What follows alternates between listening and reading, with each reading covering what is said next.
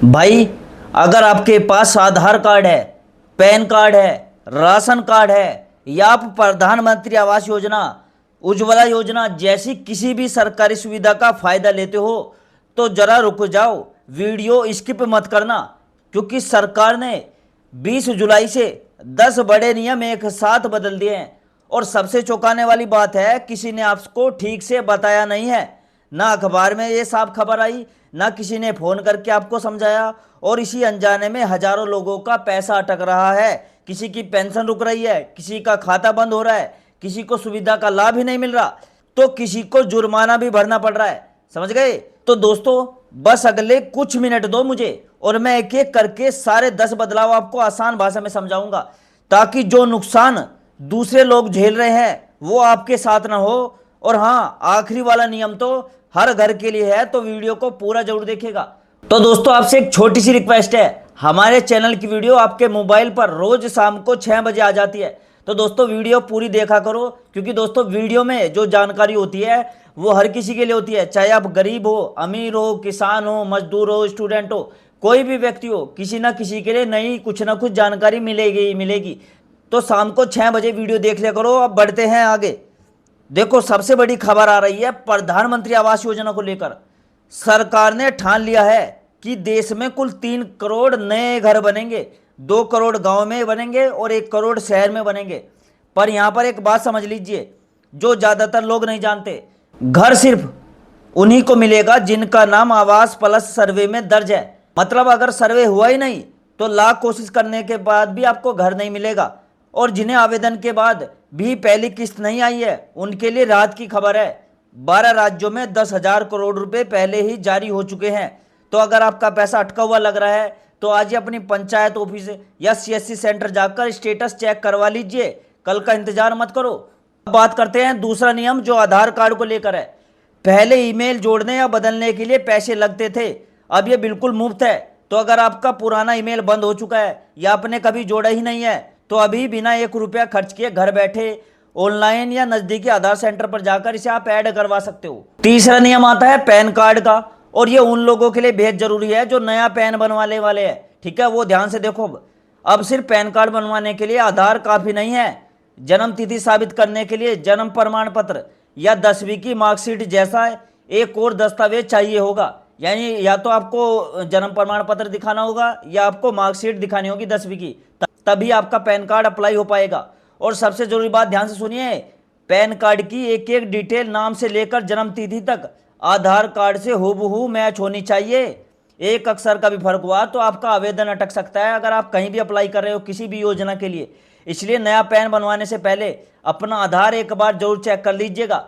समझ गए? अगर आपकी पेंशन आती है, आपका नाम आधार में कुछ और है और अब आपने इसमें पैन भी लगा दिया अकाउंट में, तो वहां पर मिसमैच हो जाएगी जानकारी। तो इसलिए आधार में भी और पैन कार्ड में भी आपकी सेम जन्मतिथि, सेम नाम होना चाहिए, सेम एड्रेस होना चाहिए। समझ गए?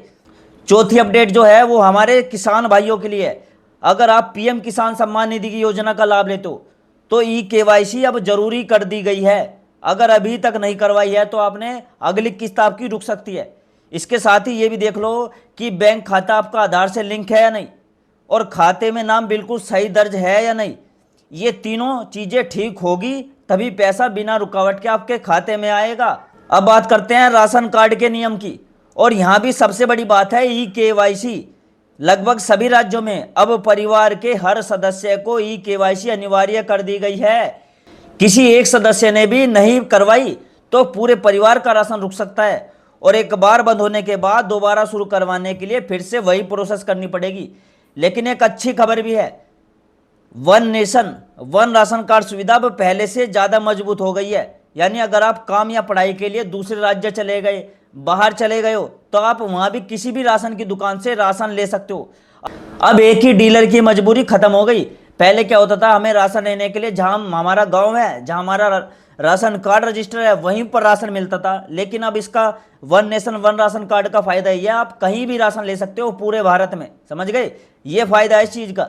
छठा नियम जो है वो है एलपीजी और उज्ज्वला योजना के लिए पात्र लाभार्थियों को अब हर सिलेंडर पर करीब 300 रुपए की सब्सिडी मिल रही है।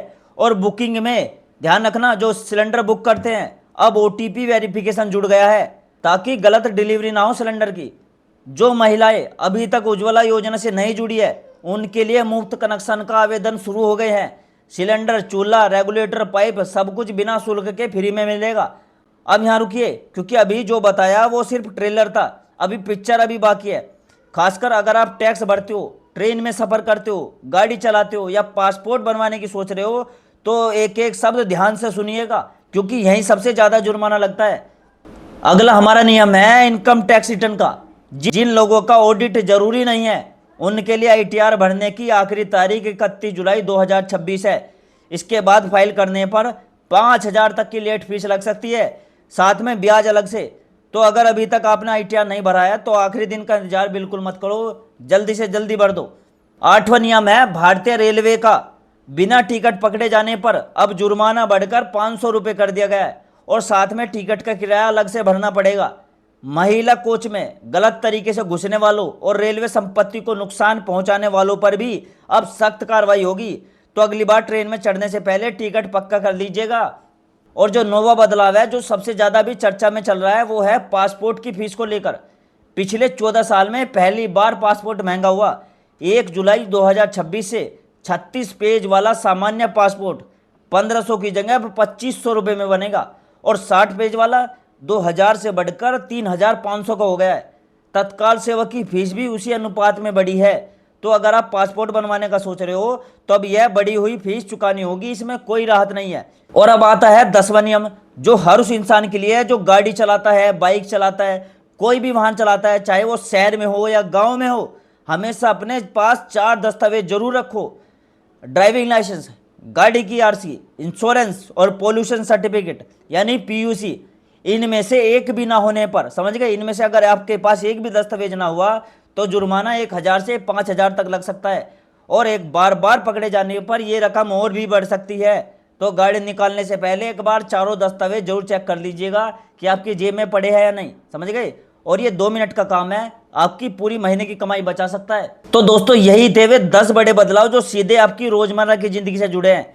चाहे आप किसान हो, नौकरी पेशा हो, गृहिणी हो या छात्र हो, कुछ नियम पहले से लागू हो चुके हैं, कुछ की डेडलाइन बिल्कुल सामने है। तो आज ही अपने दस्तावेज एक बार जरूर जांच लो ताकि कोई असुविधा ना हो, ठीक है, कोई जुर्माना ना लगे, समझ गए। तो सारी चीज़ें अपडेट करवा के रखो। और दोस्तों अगर आपको जानकारी काम की लगी हो तो वीडियो को लाइक करिएगा, चैनल को सब्सक्राइब करिएगा। और अगर आपका कोई सवाल है आप मुझसे कमेंट में पूछ सकते हो, मैं उसका जवाब जरूर दूंगा। और दोस्तों शाम को 6 बजे हमारी वीडियो रोज आती है, रोज देख लेना, कुछ ना कुछ नई जानकारी आपको जरूर मिलेगी। बस यही कहना था और मैं मिलता हूँ दोस्तों आपसे अगले वीडियो में एक नई खबर, एक नई जानकारी के साथ। तब तक के लिए दोस्तों जय हिंद, जय भारत।